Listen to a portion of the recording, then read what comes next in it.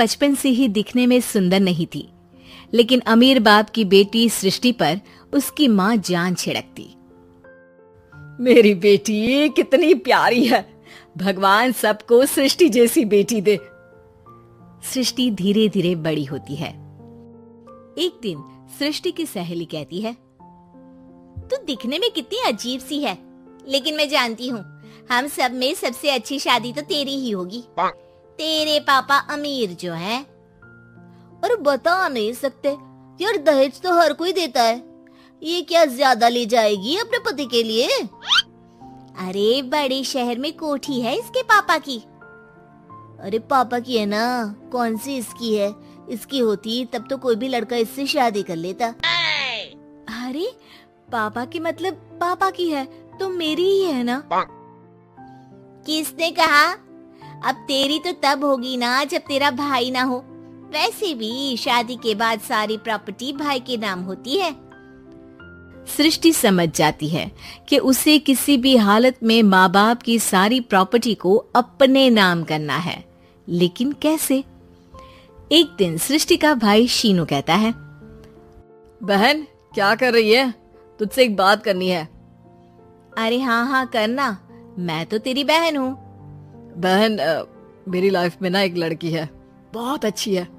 मैं सोच रहा हूँ माँ और पापा से बात करूँ शादी के लिए। सृष्टि को समझ में आ जाता है कि भाई की शादी होते ही भाभी उसे एक दिन भी घर में बर्दाश्त नहीं करेगी। क्या बात है भाई, बताना कौन है वो? यार वो बहुत अच्छी लड़की है, पढ़ी लिखी है, मेरे साथ जॉब भी करती है। बस एक प्रॉब्लम है। प्रॉब्लम? क्या प्रॉब्लम है भाई? यार वो शादीशुदा है, लेकिन उसके पति ने उसे सिर्फ इसलिए छोड़ दिया क्योंकि उसके माँ बाप दहेज नहीं दे पाए। सृष्टि ये सुनकर न जाने क्यों खुश हो जाती है। अरे भाई तो क्या हुआ, लड़की तुझे तो पसंद है ना? शीनू को लगता है कि बहन उसे समझ रही है। वो इस बात से अनजान होता है कि उसकी बहन की मंशा पूरा घर हड़पने की है। सृष्टि अपनी माँ से कहती है, मम्मी मुझे तो बहुत चिंता है। पता है शीनू क्या कर रहा है? अरे क्या कर रहा है? वो तो काम पर जाता है और वापस घर आता है। नहीं ना माँ, वो यही तो नहीं कर रहा, बाकी सब कर रहा है। आपको पता है उससे प्यार है, और वो भी एक शादीशुदा लड़की से। ये क्या हो गया? मैं सोसाइटी में क्या मुंह दिखाऊंगी? अरे तेरे पापा तो यही कहेंगे कि मैंने ही उसे बिगाड़ दिया है। माँ देखो, मेरी बात मानो, पापा पर भी विश्वास करने की जरूरत नहीं है। अब आप ही बताओ, पापा इतनी देर घर के बाहर रहते हैं क्यों? बोलो। अरे बेटा वो तो नौकरी करते हैं ना। तू बहुत भोली है माँ। पापा का ऑफिस तो 7 बजे खत्म हो जाता है, लेकिन देखो कितनी देर से आते हैं। अरे नहीं नहीं बेटा, ऐसी कोई बात नहीं है। सृष्टि माँ को एक औरत से बात करते पिता की फोटो दिखाती है। देखो माँ कैसे हैं पापा। मैं ना कहती थी कि पापा सही नहीं है।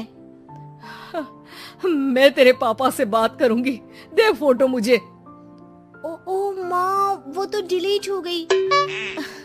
लेकिन चल, तूने तो देख लिया ना। पापा से बाद में बात कर लेना, और हाँ मेरा नाम बिल्कुल मत लेना। हाँ माँ। अब क्या था, सृष्टि के माँ और पिता के बीच झगड़ा होना शुरू हो जाता है। सृष्टि के मन में क्या चल रहा था कोई नहीं जानता था। एक दिन, माँ सृष्टि के लिए एक लड़का देखा है, वो लोग शाम को उसे देखने आने वाले हैं। और हाँ माँ, एक खुशखबरी, मैं और पापा मिलकर एक नया बिजनेस ट्राई कर रहे हैं। शाम को लड़का आता है, सांवले रंग का। सृष्टि को तो बिल्कुल भी पसंद नहीं आता। लड़की की माँ कहती है, लड़की का चेहरा तो कोई खास नहीं, लेकिन अगर मेरे बेटे को आप लोग सेटल कर दें तो मैं उसकी शादी आपकी बेटी से करवा दूं। सृष्टि को लड़का बिल्कुल पसंद नहीं था। उसे भाई पर गुस्सा आ जाता है। लड़के वालों के जाने के बाद कहती है, माँ देखा शीनू मेरे लिए कैसा लड़का लेकर आया, न दिखाने लायक न सुनने लायक, सेटल भी नहीं, वो भी हम करे। अरे माँ मैं जानती हूँ ये मेरी शादी किसी भी घर में क्यों करवाना चाहता है? अरे कैसी बात कर रही है बहन, तूने तो देखा ना, लड़के को मैंने ही मना कर दिया तुझसे शादी के लिए। जिसने लड़का बताया था उसने उसकी बहुत तारीफ की थी। बात आई गई हो जाती है, लेकिन सृष्टि का मन शांत नहीं होता। क्या करूं, कुछ समझ में नहीं आ रहा। मेरी शादी हो गई तो ये लोग पूरी प्रॉपर्टी शीनू के नाम कर देंगे, मेरे हाथ तो कुछ लगेगा ही नहीं। तभी सृष्टि को आइडिया आता है। वो किसी वकील को फोन करती है। जी देखिए, अगर आपके मम्मी पापा का तलाक हो जाता है तो आपके पिता की आधी प्रॉपर्टी आपकी माँ के नाम हो जाएगी, फिर उसे वो किसी को भी दे सकती है। सृष्टि अब माँ को बेटे के खिलाफ भरती है। माँ, शीनू पर नजर रखा करो, वो जिस लड़की के प्यार में है ना वो शादीशुदा है। यहाँ आएगी, सारा पैसा, रुपया, जमीन, जायदाद सब हड़प लेगी। पापा का भी हाल तुमसे छुपा नहीं है। ऐसा ना हो कि मैं और आप एक दिन सड़क पर भीख मांगे। हे भगवान, मैं तो जीते जी मर जाऊंगी अगर ऐसा हो गया तो। ऐसा हो गया नहीं माँ, ऐसा ही होगा। अभी समय है, आगे का सोच लो। मैं तो कहती हूँ पापा से आधी प्रॉपर्टी लेकर अलग हो जाओ। पापा की आधी प्रॉपर्टी भी हम लोगों को अगर मिल जाती है ना तो अगले 7 जन्म सफल समझो। बेचारी माँ बेटी के कहने पर पति से तलाक लेकर अलग हो जाती है। सृष्टि अब पैसों से गाड़ी और अपने दूसरे महंगे शौक पूरे करने लगी। उसके दोस्त भी उसके पैसे इस्तेमाल करते। सृष्टि, कल तुम कहाँ थी?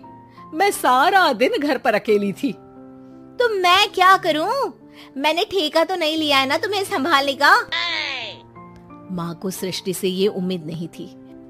वो बैठकर रोने लगती है। वहीं उसका पति यानी कि सृष्टि के पिता आ जाते हैं। मैं जानता था कि तुम्हारा यही हाल होगा, तो आपने मुझे रोका क्यों नहीं? मैं रोकता तो तुम रुकती क्या? सृष्टि के कहने पर तुमने मुझ पर अपने बेटे पर शक किया, लेकिन तुम ये भूल गई कि कैसे हम दोनों ने मिलकर जीवन में इतना सब खड़ा किया। माँ पति के गले लग जाती है। मुझे माफ कर दीजिए, मैंने आपकी कमाई का एक बड़ा हिस्सा गवा दिया। कोई बात नहीं, तुम साथ हो तो मैं ऐसी 7 प्रॉपर्टी खड़ी कर दूंगा। तभी वहां सृष्टि आ जाती है रोते हुए। माँ, मयंक ने मुझे छोड़ दिया। वो बोल रहा था जब तक मेरे पास पैसे थे तब तक ही वो मेरे साथ था। पापा, माँ, मुझे माफ कर दीजिए।